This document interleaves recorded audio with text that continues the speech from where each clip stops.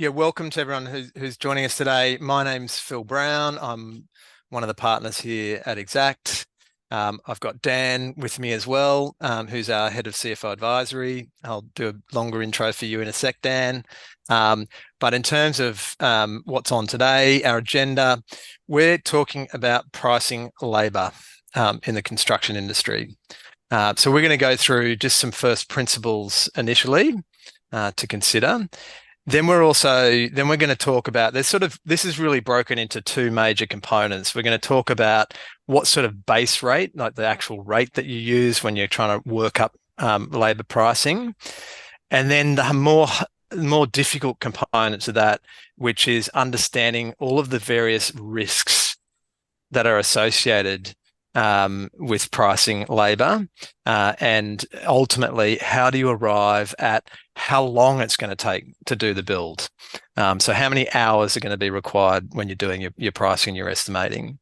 And then after that as well, and as part of that section, Dan will go through a range of things that you can be considering to try and minimise the risk once the job kicks off. So how do you make sure that labour doesn't blow out over the course of the project? We will be sending the video from today out as soon as we can after the session.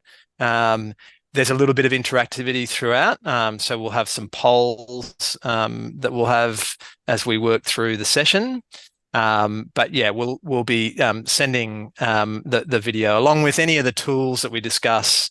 And Dan's going to be going through a labour rate calculator, so we'll be sending all these sort of materials out after the show. Questions, please drop the questions into the chat. We're not using the Q&A function. We are using the chat function. We can see that's working, and we tested that before. So feel free to drop your question in as you go.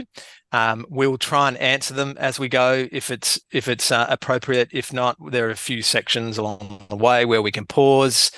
We often don't get to all the questions, so we are offering at the end of the session, we'll do a poll at the end where you can book a one-on-one session with one of our CFOs.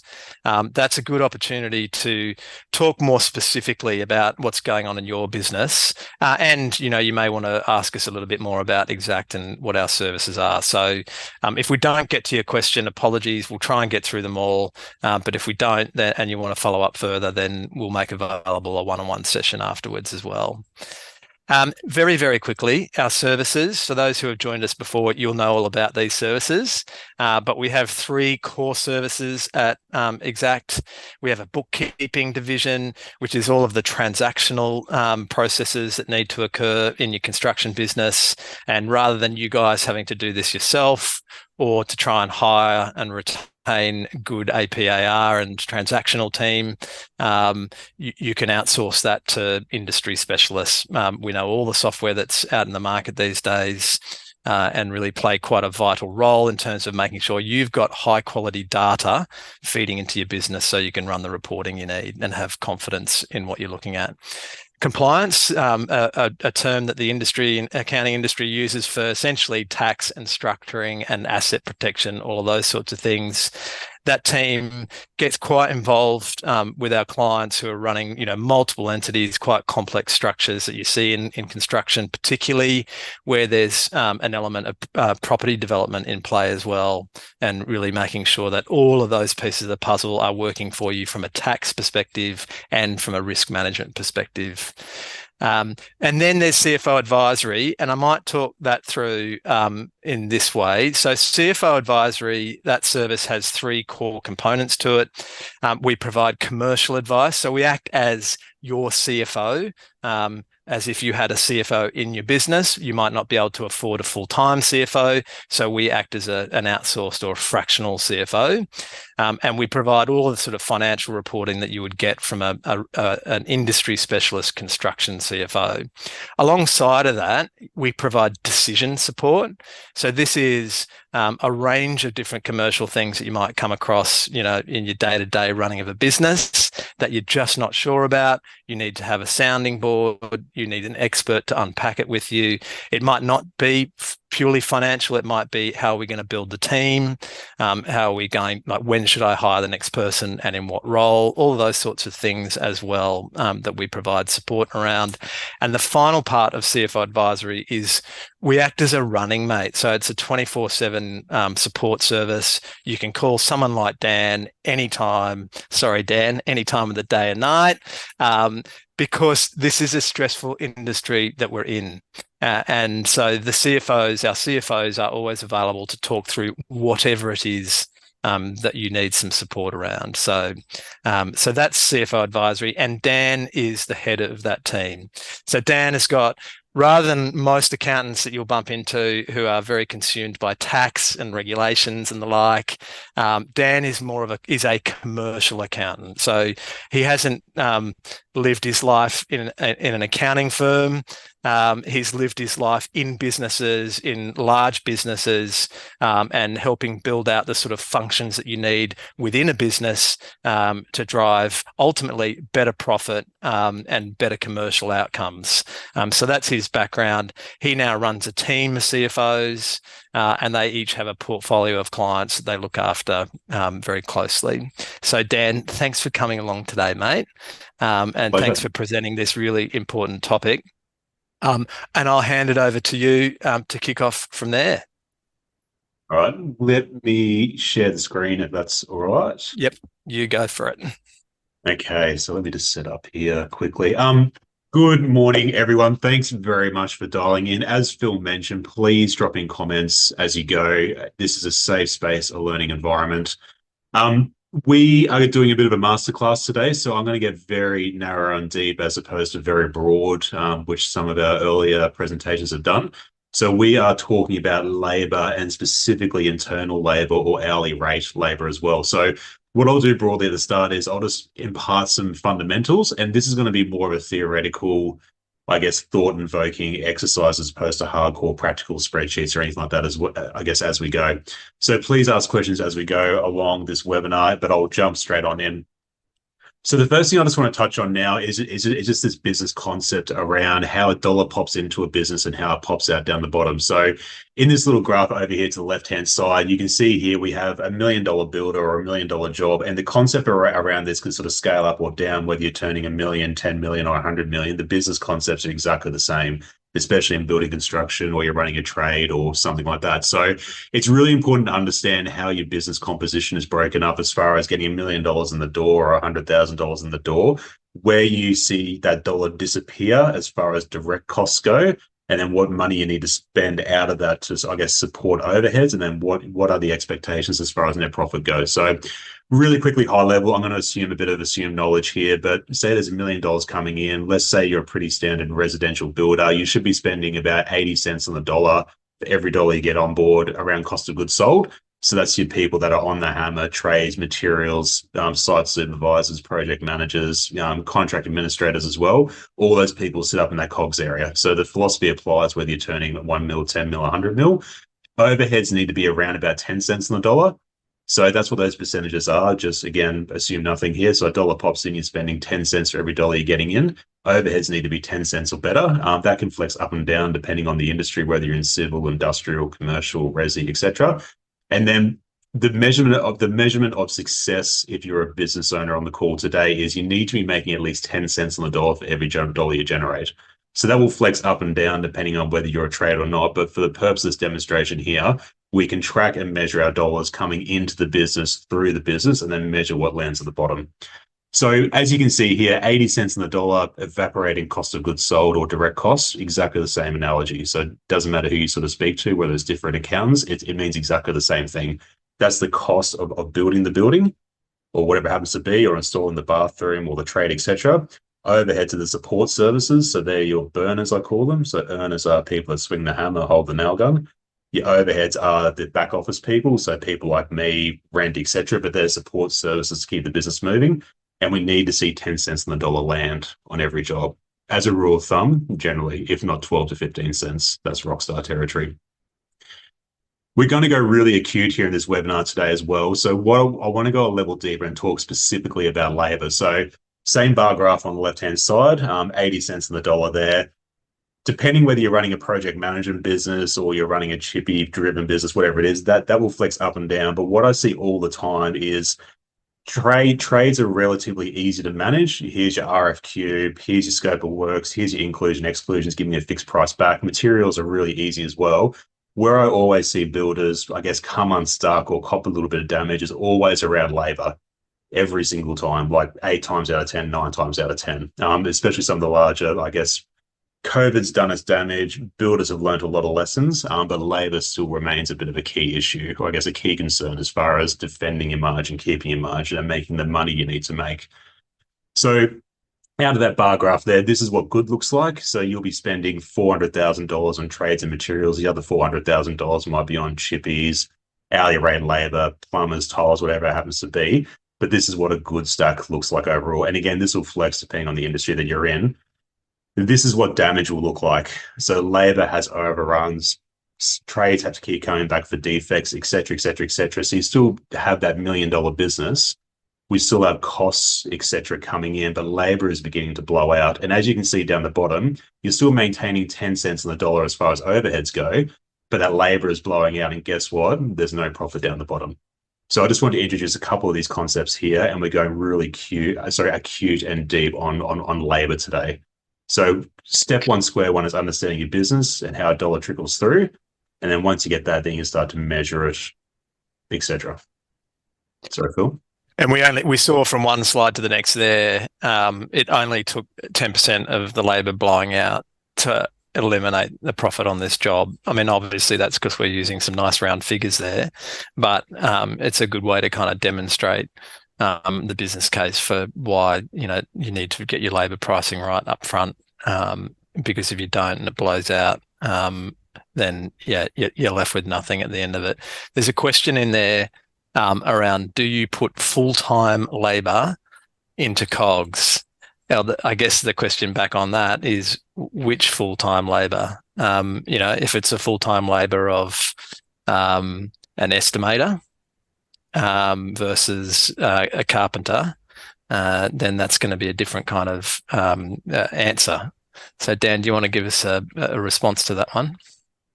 Yeah, so step one, square one is identifying who sits where. So carpenters and chippies and tilers are obviously going to be all cogs. If you are the business owner, depending on the age and stage of your business, like if you're sort of sub 10 mil, 8 mil, you're probably going to be half on the tools, a third on the tools, and the other 2/3 going to be, chasing sales and recruitment, et cetera, et cetera. You do have to split your role between when you're on site, touching, feeling, project managing, like that is going to be a cog, and you should be building that into your estimates and your contracts. The other 2/3 of your time are going to go down the overhead. So you do have to be disciplined and split that labor up appropriately. Like don't be lazy and sink it in one pot or the other. We'll talk about that a little bit later on. On site, site supervision. Again, if they're on site touching it, feeling it, handling it, absolutely a cog. If they're in the back office doing sales, leads, recruitment, then it's clearly overhead. But just get those disciplines right. Yeah, and unfortunately, sometimes the accounting industry will say, "Oh, labor just goes into overheads," which is, absolutely not the way to do it. If you want to be able to track your margins properly and do it per job too, so yes, on site, if it's directly related to that project, then it's got to go in as a cog. And then if you've got teams running from job to job, then you need to make sure you're assigning the hours for that team to that specific job as well. And, there's a lot of software around that these days that can make that pretty efficient, not a difficult thing to do as long as you got it set up properly. But full-time labor, if it's on site and related to the job, it definitely goes in as a cog, and then you just have to allocate it to the specific job as well. Righto, Danny, let's move on. Yeah, good question. So I just want to talk about the why. Again, there won't be any golden nuggets in this, but I usually like starting with the why it's important, and then we'll talk about the what and the how we manage it and crunch risk around it. So why is labor critical? Well, it's a significant component of the build, and it is hard to control the labor on site as well, whether it's rain or delays or anything like that at all. But it is the one that has the most variability, the greatest risk, and it also has the biggest opportunity to give you a bite if it's not sort of managed and priced correctly. Material costs and trade costs are largely fixed. That stuff's fairly easy, pretty standard. I'm not saying it's perfect or boring, But as far as where the risk sits and where you need to chuck your time, it is around that, I guess, that labor component, especially if you are carbon to heavy or hourly labor heavy. You need to chuck more and more time at that to make sure those people are moving, swinging the hammer, and generating profit. There's lots of variables around labor: stop, starts, people, weather, delays, latent conditions in contracts, whatever it happens to be. So there's a lot more risk around that where you do have moving parts. And then the most important thing around this is understand the levers that you can pull to obviously protect yourself, reduce the risk, and make sure you make the money you deserve to make on these jobs. Whether it's 100 grand, 200 grand, or 2 million on a job, whatever it happens to be. I mean, it's all around controls and reporting and visibility, which we'll talk about today. And again, please keep those questions coming through. The first thing I want to touch on, internal labor is free. That is absolutely, that's rot, to be frank. If you have back office people or you have an estimator on the side, that labor is absolutely not free. So where you have a site-based delay or you have to move people around or you have to submit it, I guess, an extension of time or anything like that, all that costs time and money. So I'm not going to go deep with this one, but I just want to plant that seed first and go internal labor isn't free. It's not a sunk cost. It's not stuck with it. Every single delay or movement costs money. What I want to talk about today is there's a really, really, really basic formula here, and I'll go broad and then I'll come in deep. But costing labor is pretty straightforward. So we have rate times the number of hours on site. That equals your total cost. So the rate piece, I'm going to spend just about 5 minutes just ripping through this. The rate side is actually pretty easy. There's a million calculators out there. I'm just going to do some really basic 101 stuff. And then what I want to get into is those pressure points around labor hours. That is the hard bit. So it's around the workforce planning, site access, et cetera, et cetera. And I'm not going to go deep with checklists and stuff like that. I'm just going to talk more around the philosophies and I guess the pressure points around that, just to get the considerations in so you can think about it and then go, how do I price that into my projects going forward? So I'll talk about the rate first. So the rate is, you might be paying Daniel Wilkinson, I don't know, $30 an hour into the bank account, but if you're building in $30 an hour, I mean, you're going to run into all sorts of dangers there. There's all sorts of other on costs that are attributed to that in business. So it's the gross wage, superannuation, leave, allowances, work cover. There's also a portion of utilization as well. So you might pay me for a 10-hour day because I've been hooking in, but I might only be productive for 7 hours. Either I don't know, stop, starts, toilets, Bunnings runs, whatever it is. You do have to sort of factor in, I guess, in that productivity piece as well. Training days, wet days, again, depending on how you sort of drive your carpenters and crews. Like if there's a wet day, commonly you'll be stuck with that time on site as well. Like you still have to pay the wage. They might not be productive or they might pick up a broom somewhere, whatever it is, but you do have to factor that in as well. So there's all these other inputs you need to consider as your base cost rate to get that right. So you get your estimating right and your costing right. And again, we're only talking about the rates so far. So what I want to talk about now is just a really basic rate calculator that we have produced in the background, and I'll get that onto the right screen. So this is on our website. We'll shoot this around at the end of the day too. I'm going to gloss over this fairly quickly, but hopefully a fair bit of this is straightforward and understood. If not, please reach out, ask some questions. We're here to help. So the way this labor, I guess, calculator works is anything in blue are input fields, anything in yellow are calculated fields. And what we're trying to do here is we're trying to go, well, what are we paying Daniel Wilkinson as a base rate? And then what are all the other little hidden extras we need to add in? The cost of employment, or I call it the OIP, which is the out-of-pocket cost. And go, how do we load that up so we get the right labor rates into our estimating process? So at least we get that quadrant one right, which is the rate, which is the easy part. So how often would you review this? I mean, probably annually, or whenever you hire a new person as well, or you're looking at crew sizing. You can either build this by individual or crew as well, however you want to do this, but this is step one, square one, and this is 101 stuff as well. So it's really important to get this stuff right. So the way this works is that I would encourage you to put employee names at the top. What is that base hourly rate? So that's the gross rate. So not what leaves the bank account. So if you're paying me $50 an hour, $55 an hour, drop that in. And then just work top to bottom in this methodically. So it will take a little bit of time to set up, maybe sort of 20 minutes, 25, just to wrap your head around it.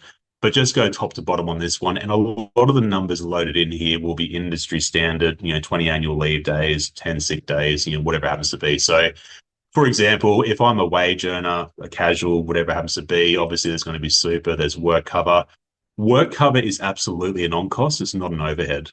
So just like insurances, superannuation, payroll tax, I commonly see work cover go down below the line, but work cover is absolutely an on cost because it is a insurance on the individual, on the person on site swinging the hammer, whether it's a carpenter, chippy, Tyler, site supervisor, etc. So work cover is always included. The only time it's not is if you have like sub trades on the site. So if you have if you have subcontractors there, so they might be charging an hourly rate. So just make sure you flick that to a no because they have their own insurances in place. So just work top to bottom on this one here. I won't go through it line by line. Just apply a bit of reasonableness over the top as well. So if you're saying that, you're paying me 55 and the bottom line number blows out to, $170, for example, like we know we probably got something wrong in there. So the number you're probably aiming for is probably about 30 to 40% on that labor rate above here. So just work top to bottom. A lot of these are fixed, like how many holidays per year. So if you're one of those employers that give, I don't know, people 30 days a year annual leave as like a perk or a bonus, then obviously change that to 30. So what we're trying to do is load in the cost of business or the cost of that head and go load, load, load, load, load. So we know the hours and the rate you need to load into your estimates and quotes going forwards. I won't go through it line by line. The main pressure points in this one here, where you'll need to put on your critical thinking hat just for a moment, is when you are building out the hours per day. So you might pay me for a 10-hour day, but how many of those hours are non-productive? So that's commonly called a utilization rate. So if the standard work hours are 9 or 10 or whatever it is, like don't get micro, just average it and go, how many of those hours per day, if you're paying Daniel Wilkinson for 10 hours, how many of those hours are lost? So it could be stop start, it could be setting up gear on site, the compressor, whatever it is, toilets, just have a think about it at a high level and go, how much of that time is actually utilized? So you pay me for 10, but I might only be swinging the hammer on an hour gun for 8. So that piece is really important because you can burn a fair bit of cost there in time. Long story short, you come on down to the bottom. This here will tell you what your magic number is for your cost rate. So this doesn't include margin or anything like that at all. This is just the raw cost. And as you can see here, it's quite a journey from 55 to almost a doubler down the bottom, depending on the inputs here. So this is the easy stuff, but it's absolutely critical to get right. So please spend a bit of time on this. If you haven't done a review in the last 6 months, I'd highly recommend doing it. Some builders I know like to game this and put margin on margin. I'd recommend just going back to your cost rate and just comparing that against existing estimates or jobs that you're about to land and go, have we got our costs right? So that's step one, square one. Poll time. Righto. We might just quickly run a couple of polls actually. So the first one is, I'm going to run this one now. Hopefully you will see that. So we've covered a few things there that you need to sort of load in to get to your fully loaded labor rate. One thing we just thought we'd cover off on here is that piece that Dan was talking about just then. So when you're calculating the number of hours, are you factoring in the hours that are lost to productivity? So, we're 8 or 9 or 10 hours a day, we reckon, for that stage, for that team to get your job done. How much of that is actually going to be lost to productivity, lost productivity, I should say. And that's not a, that's just a reality. It doesn't mean you've got a bad team. It just is the way life works, and people are going to have to take breaks and all those sorts of things. So we need to sort of factor all of that in. I think we've had most people have kind of answered that there. Interestingly, it's sort of 60% aren't factoring that in. So it just means that number that you're arriving at for how long it's going to take to do the job, it means that if you're not factor it in, that's instantly a spot where it's going to blow out. You haven't catered for that in the way you're working up your price. So that was that one. I thought as well, Dan, it might be worth having a quick look at, if we go back to sort of almost the top of the show, where you were talking about how much of your project costs are going to labour. We've got a little question here around, if you think about the biggest job you've got on the go at the moment, let us know, or just have a think about it, but how much of that job and the costs, the total cost of that job, what percentage of that is labour? So in that example we had, I think it was 40% as a starting point was going of the total project cost was in labour. Dan, this will probably change depending on your business model, yeah? Yeah, exactly right. I mean, if you're running a project managed style business, you might be doing large industrial with tilt ups and all the rest of it, your percentage of labor will be really small.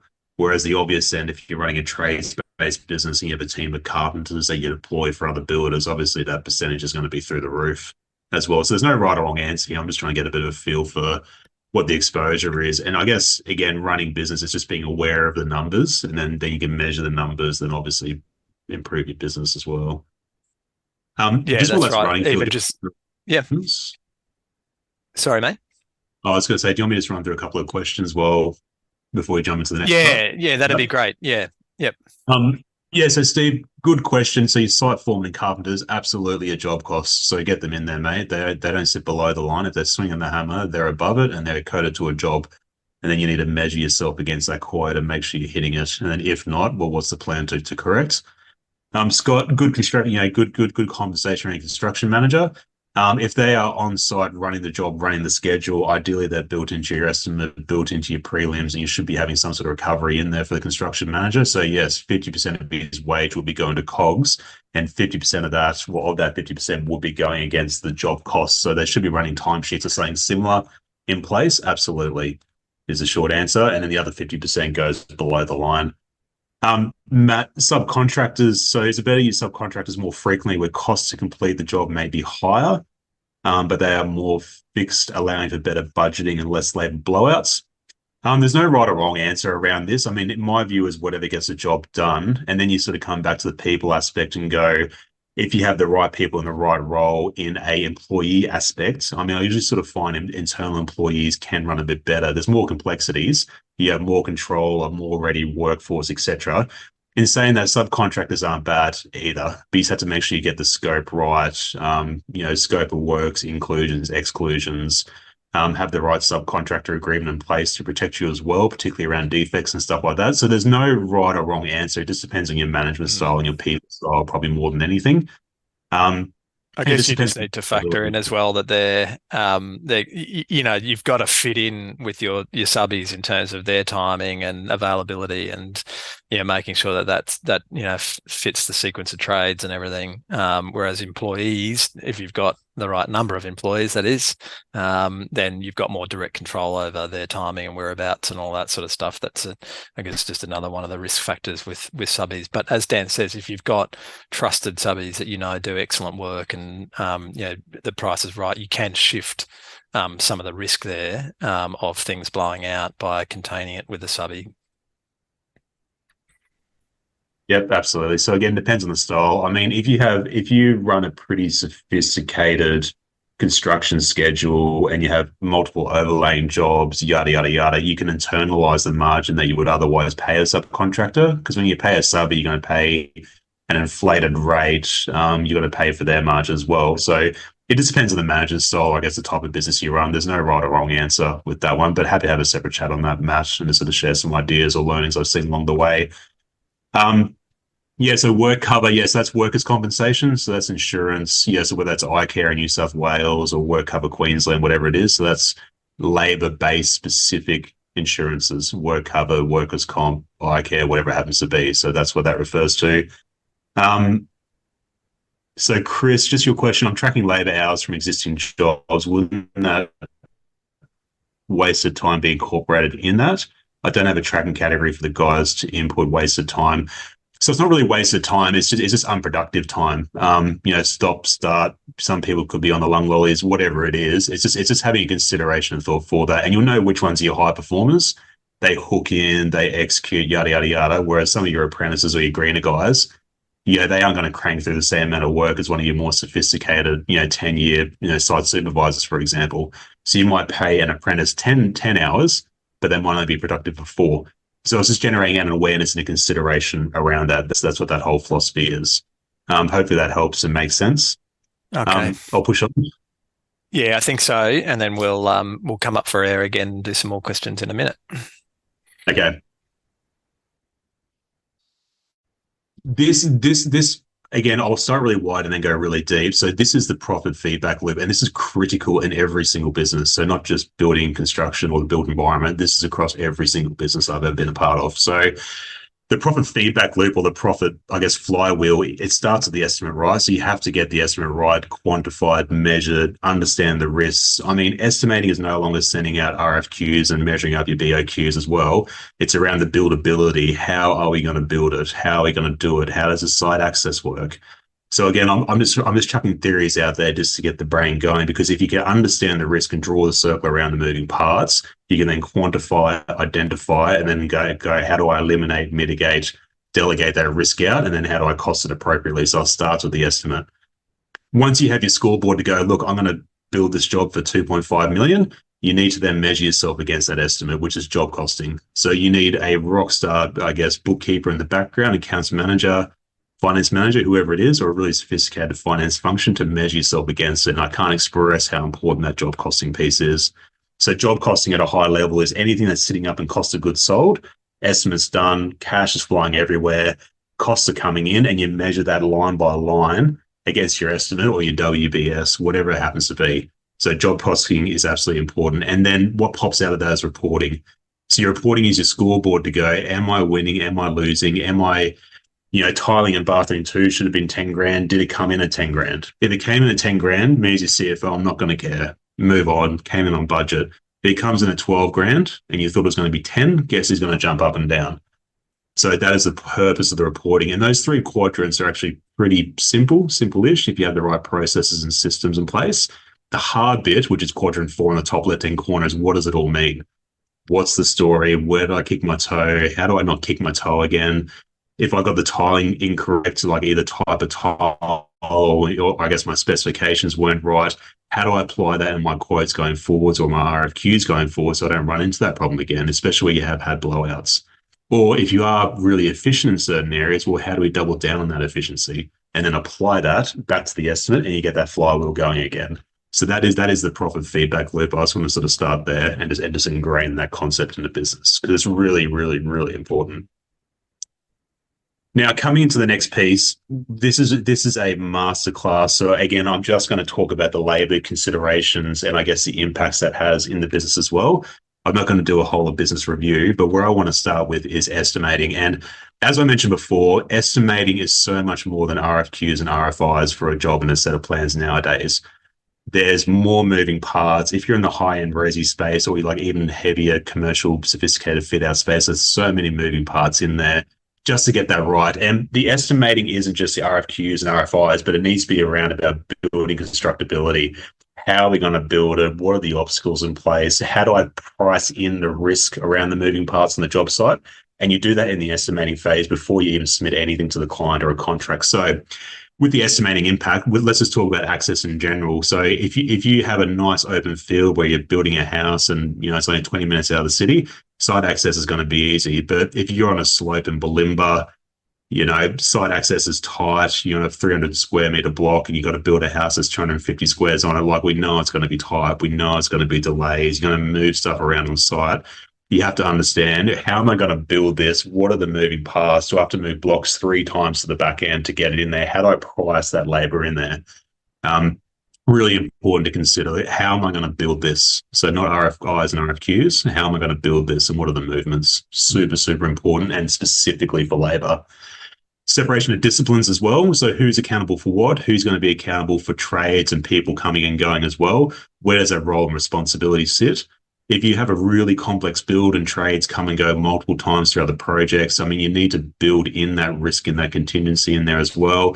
Access to certain work faces. So you might have multiple trades in there, a very tight block. You might be trying to do a retaining wall full of blocks to the back end of the house and the front end is a bloody mess as well. Just have considerations for access to the work faces, because the last thing you want to do is have a house where, level 1's done, then you're trying to build the retaining wall out the back. And then your blocky comes up and says, hey, I thought the block's going to be out the back. Then you need to get a crane to lift it up and over the house. So that's the last thing you want to have happen. So just be really clear in the scope of works around that. And I guess how you're going to execute against that. Same as temp works. I see this one sneak up on people all the time. Like if you have to set up a temporary hard stand, set it up, drop stuff on there, send the product around the back, especially for the industrial and commercial works. And then you have to tear that down. Just make sure you factor in the labor for that in particular. The start, stop, site coordinations, etc., the make good at the end or the rectification as well. Just be conscious of that.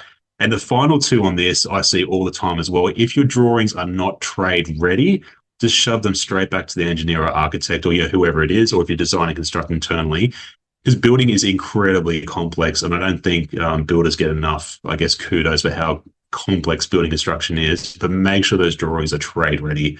They have the right dimensions, specifications, products, whatever it happens to be. Because where you'll get bitten is that if you do push out RFQs and RFIs and they aren't consistent and complete, you leave it open to interpretation, risk grows, and then there's risk of cost blowouts as well.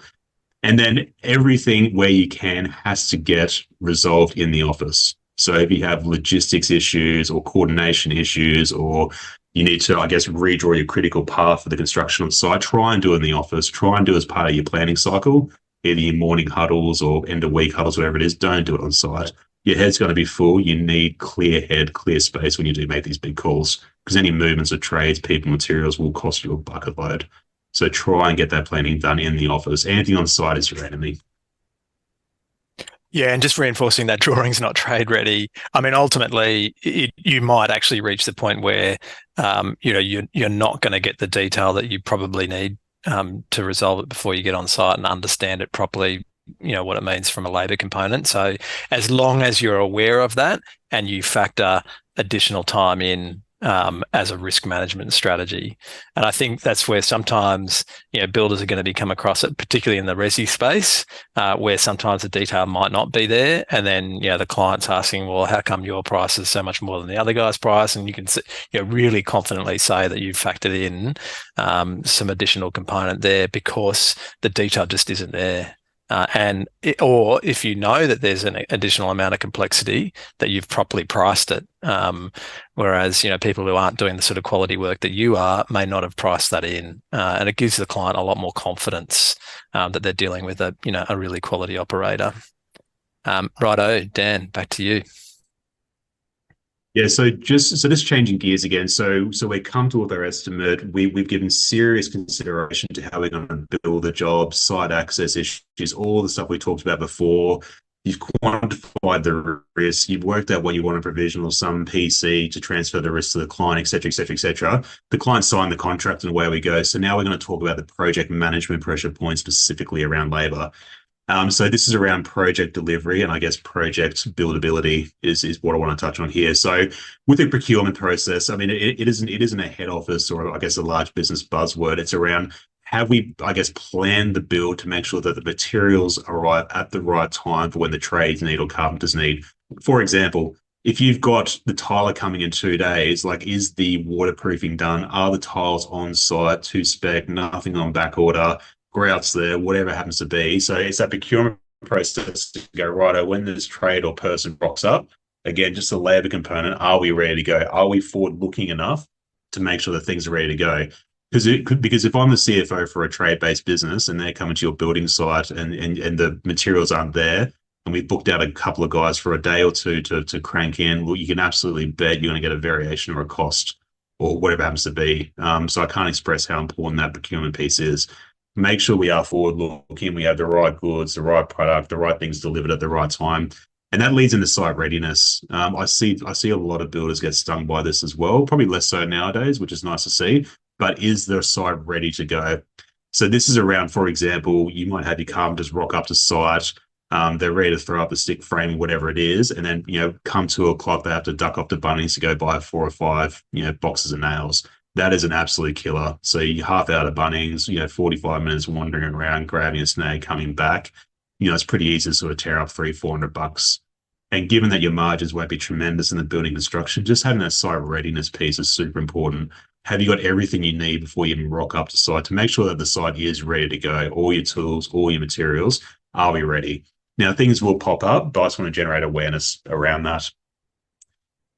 The other piece too, site access. So rocking up and the site isn't ready. So we've already touched on that in the procurement and readiness piece. But the plumber has to come in and do the rough ins. Have they got the right site access to get to it? Is the work site, clean, ready to go? Can they access what they need?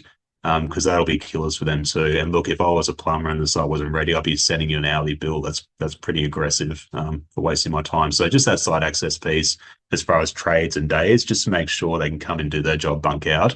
and you're going to have a very well-run job site. Quality controls, super important. So particularly your site-based supervisors or managers, I mean, you have to make sure they have a pretty good eye for how to build. But if you have, like, I don't know, a plasterer coming through CMP, they're coming through and there's knocks and bumps and stuff like that, make sure you do communicate to back office that, there has been damage, there has been this, withhold some money, just so you have got some leverage in there as well to get people back. Make sure that when trades do come through, or even carpenters, that you have really strong QA processes in there, because coming back and doing rectification reworks is an absolute killer on jobs, especially at the end, especially in the resi space as well. I see in particular, like that's where emotions start to run high. And when you do get the owners sort of coming through and going, hey, what's this? What's that bump? It can sour the relationship towards the end. So having a really strong QA process in place will help with reworks and everything like that at all, because that's an absolute margin killer as well, especially around labor. Unplanned stoppages, I mean, that's a bit of a no-brainer. There could be latent conditions in the contract or any unplanned works, busted pipes, et cetera, et cetera, et cetera. That comes back to the QA thing. So is the wiring done correctly, the pipage laid correctly, whatever it happens to be. So make sure you have a strong QA process to avoid those stoppages, because when you rent that handbrake, there's usually several people who have to stop what they're doing, and you can watch that money disappear out the door pretty quickly. And then just the final thing as well, I think the building industry is getting better and better at this, but you might have the owner or the architect come through and say, change this, change that. Just make sure you be really disciplined around how your contracts work. So if there are design changes or your critical path changes, you go, right, this is how the contract activates. Here's your variation. And the variation isn't around swapping a tile. If you have to move time or anything like that at all, you have to remember to sort of building your site prelims or your construction manager in there, because there will be a cost in there. So coming back to that myth at the start where internal labor is free, rubbish, because every time there is a change, it's a tremendous amount of work commonly for the owner, the PM, the CM, site supervisor, trades, et cetera, et cetera, et cetera. So make sure you are really diligent around, well, the design change is activated. This is how the contract responds. Here's your variation, not just for this component, but the change of the critical path. Here's your cost, sign the variation, and then we do the works. Don't do it ask about. We'll jump on to the next one. So admin controls. So we've talked about the estimating, so quantifying, eliminating, mitigating, delegating that risk. The project management is all around keeping the job moving as best we can, the quality and controls. And now we're going to talk about the admin controls that sort of sit over the top here. So the planning piece is super, super important. So what I'm talking about here is, well, what I call them look aheads. So for example, if you haven't got a cadence of doing like a weekly report around the 4-week look ahead or 8-week look ahead, particularly with your site guys and your back office CA people as well, where they're ordering goods, I strongly recommend doing it. So having that correct admin control in place around, well, what's coming up? Hey, we need to have, form work done so this trade can come in on this date. Are we on track? If not, why not? Communication is super important as well. I mean, it sounds pretty obvious, but I like over communicating, because the more communication you push out there as well, there's less opportunity for surprises, et cetera, et cetera, et cetera. So communication is absolutely king, and just being aware of how to communicate. So some people might respond better to a text, some people might respond better to WhatsApp, or some people might love a visual whiteboard where you can draw it up there. Some people might love having an iPad that has access to Procore, whatever it is. Just make sure the communication method is strong for your team and your crew. It isn't a one size fits all. Some people are better at text, some people are visual. Whatever happens to be, just make sure those communication lines are clear. Are we on track, off track? What's the risk? Hey, roughing hasn't been done for this. We need to push out the plumber a week. We have to get ahead of this stuff. There's a whole separate webinar on this, but it's around the leadership and teamwork as well. So who's accountable for what? Making sure we are executing to the plan. Your leaders are leading. That is a bit of a no-brainer. Who's accountable for what? That's a big piece. Site safety, a clean, safe, tidy site. Again, this is a bit of a 101, but making sure there's no bricks and nails laying around on the bloody floor. We don't want to roll an ankle. I mean, if you roll an ankle, it's an absolute handbrake. So please make sure those sites are tidy and safe and accessible. There's no mud and crap laying around as well. So please make sure you have those controls in place. That should hopefully be a bit of a no-brainer, but please don't underestimate the importance of that. Because if you roll an ankle because of an untidy site and then Fair Work comes through, or whoever it happens to be, ombudsman, it's going to create a lot of problems. And then standardizing operating procedures. So the secret to growing a big business is people, systems, processes, repeatability, scalability. That is the formula. So take the advantage to standardize your operating processes where you can. Here's a checklist. Here's, I don't know, yeah, I guess the checklist, the process, the procedures, the QA process whenever a trade bunks out. Take the opportunity to build the engine, not be the engine. That's the important piece. And then finally, when you wrap all that together, reporting. So the reporting piece is super important because your reporting gathers everything and going, are we on track? If you are, high fives and hugs. And then if not, why not? So has our critical path changed? Are we bleeding margin? What's happening with labor? And then if you think about those four quadrants before that analysis piece, like we're coming into the reporting and the analysis, we go, well, what are we learning from this? So again, this is more of a theoretical exercise. I'm just trying to plant seeds in here. But those project controls and I guess the reporting controls are important because once you have visibility on it, then you can jump into, well, how do we correct the ship or I guess fix the critical path? I was just going to mention there have been a few people asking if this recording is available, Dan, people ducking out, and I have answered in the chat, but just to make it clear for those people who joined us late, yes, we'll send out the recording afterwards and we'll also be sharing the tool that you went through before. The labor rate calculator, that'll be going out. There's a bit of a discussion going on in there as well around what software to use.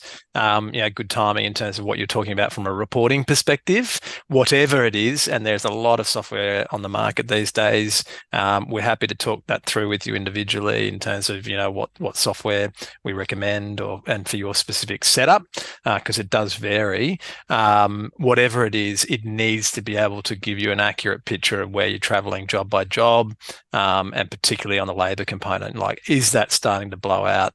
Do we need to rein it in? If so, how? But you need, a really strong software stack to support the reporting piece, and obviously, really good people who understand how to drive that software as well. Back to you, Dan, for these project controls. Yeah, thanks, Phil. I'll run through questions shortly, but I can see the chat's fairly active, which is lovely to see. And Neil, for dropping in your hot tips too. Thanks, mate. So project control. So this is the overarching framework to get visibility on the job sites. Are we on track? If not, why not? So project controls, resequencing activities. I guess the key point in any project is delivering in full and on time.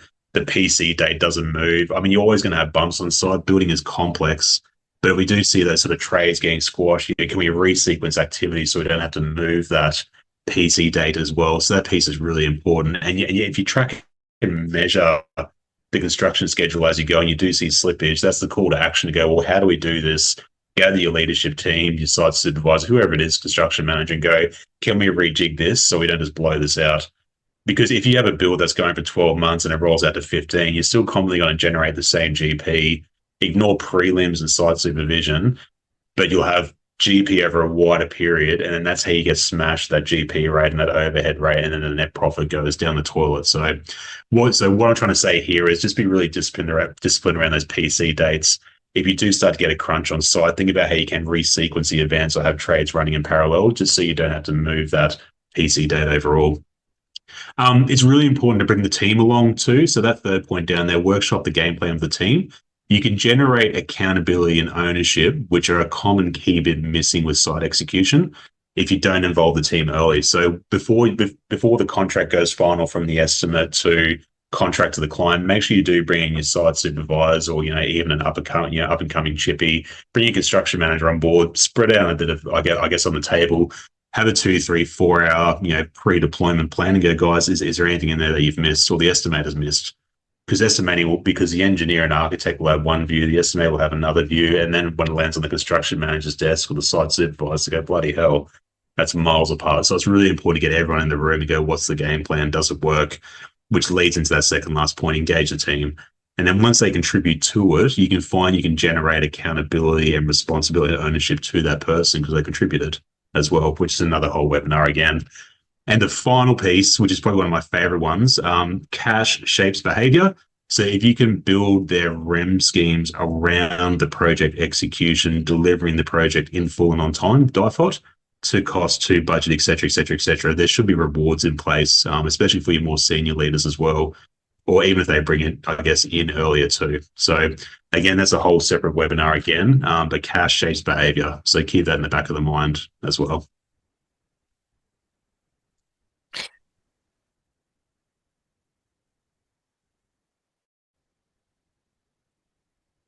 I think you got a freeze, Excellent. Phil, or something coming through. Well, that I think my internet may have No, you're right. been letting me down a little bit there, coming through now.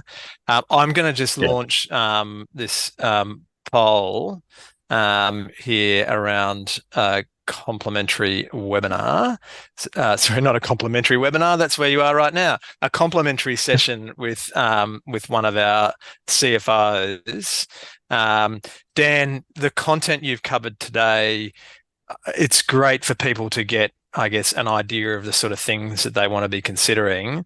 But in terms of, the way you work with clients, this is the sort of thing you're talking about all the time with them, I understand, yeah, in terms of, them having someone like you in the business, working through some of these challenges, like how do you price labor, yeah? Yeah, all the time. I mean, the numbers are important because that's your scoreboard to understand what's going on. But I care about the future and go, how do we avoid kicking our toes? How do I stick our margins? And my role is to pull you out of the weeds and work on the business. And I guess it's the other flavor to add is we don't point at the problem, we fix the problem. And it's a team-based sport. So I can tell you the right end of a hammer, but that's about it. You're the expert. But I can tell you about building business and how do you grow sustainably and the right people and the right roles at the right time. That's me. And the formula is 1 + 1 = 15. That's how this whole process works. But we talk about this stuff all the time. And this is one tiny, tiny element. Yeah, I know. It's one of those things, and we talk about it a little bit, that, there are a lot of services around, and you'll see a lot of webinars and things where they point at the problem. You need to fix, your margins. You're not like, a tax accountant might say, your margins aren't what they should be. But the hard thing, so that's easy to say something like that, but the hard thing is to actually fix it, and that's what you guys do in CFO. So I'll just let that run. I'm just going to share my screen. I just wanted to quickly cover, and maybe you want to have a look at the chat there, Dan. There's a conversation still going about about software, I should say. So if you want to just do that while I just cover off on some new events coming up. Yeah, so I'll just go top to bottom quickly. So Hannah, job costing includes labor and cost of materials. Absolutely. I usually find building in overheads like rent recovery and stuff into the estimate and quotes a bit of a waste of time, because if we're talking about do we allocate 10% of the rent to a job, like it's an absolute waste. To be frank, I mean, we're not running a manufacturing business where that would be relevant. So don't try and build an overheads into your quote overall. Just understand your numbers and that COGS flywheel, the revenue in, COGS, GP, net profit. With labor as well, there's heaps of tools out there. Dex, oh, sorry, not Dex. What's it called? You might have to help me here, Phil, with the labor side. Deputy. Deputy, that's the one. I'm going to start with D. Yeah, so Yeah, deputy, time and attendance. Yeah. yeah. There's heaps of them out there. There's Zero Me with timesheets. If you're running one to build, that's going to have inbuilt time and attendance. Build Xact, I'm pretty sure, has got that in place now. Procore's got its own system. So yeah, if you're not using it, please do. Yeah, I think the time sheeting thing, time and attendance, is really critical. Like the bigger you get, you need to be able to track that time really carefully. That's happening now more and more within the softwares. So I think Build Xact have released in beta now a time sheeting capability. Other services already include it. The big ones like JobPack. It's out of the box. And as a general rule, and there's a conversation about zero projects. Zero projects, I think, is okay when you're a little bit smaller or you have a less complex business you're trying to run. But we prefer to see things like, project management features, scheduling, the ability to really properly allocate stages and materials within stage, and the costs as they're incurred. We just think that sort of software, like Zero Projects, probably just doesn't have the full feature set that you need when you're going to get bigger. And so trying to go with software that has some of that feature set all included is generally a better way to go.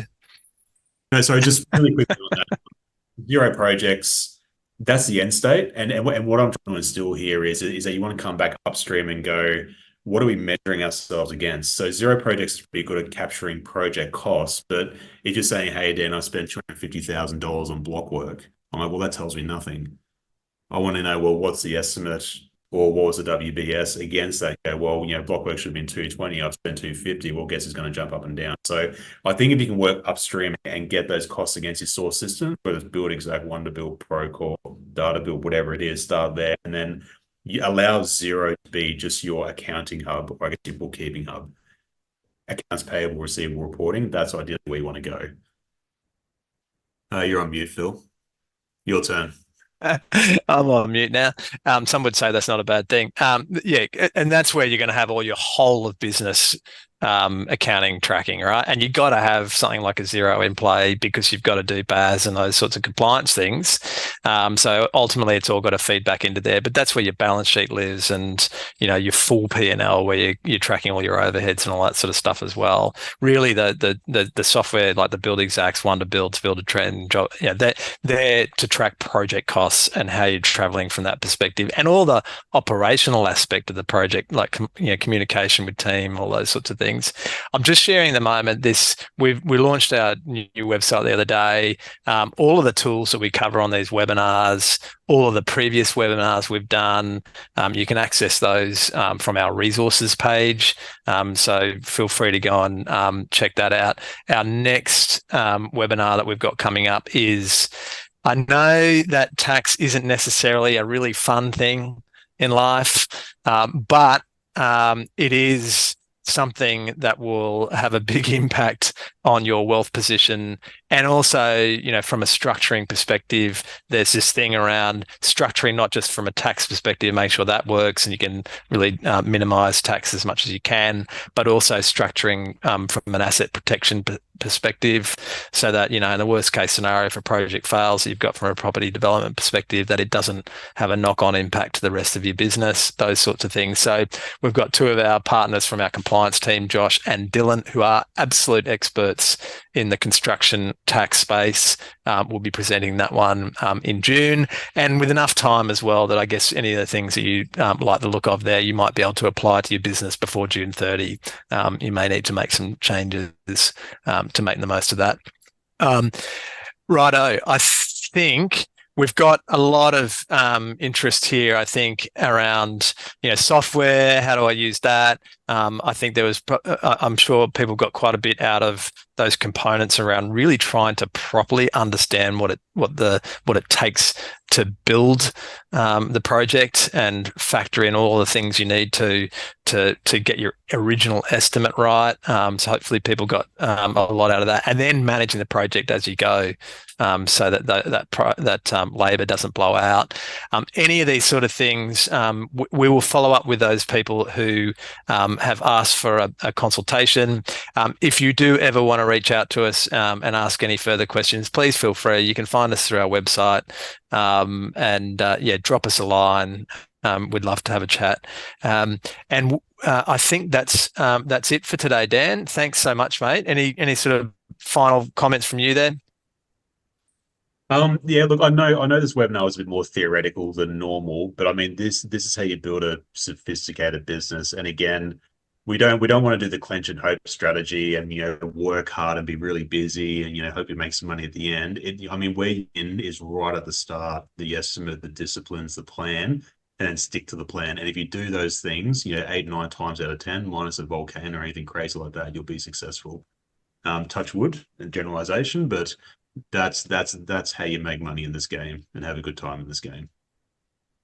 Yep, absolutely. All right. Many, many thanks everyone for coming along. We hope to see you again on our next one. We do these each month with the occasional short form webinar in between as well. If you on our newsletter, hopefully you're getting some good content through there as well. But as always, give us a call if you need a hand with anything at all. And we'll see you next time. Thanks a lot. Thanks, guys. Bye.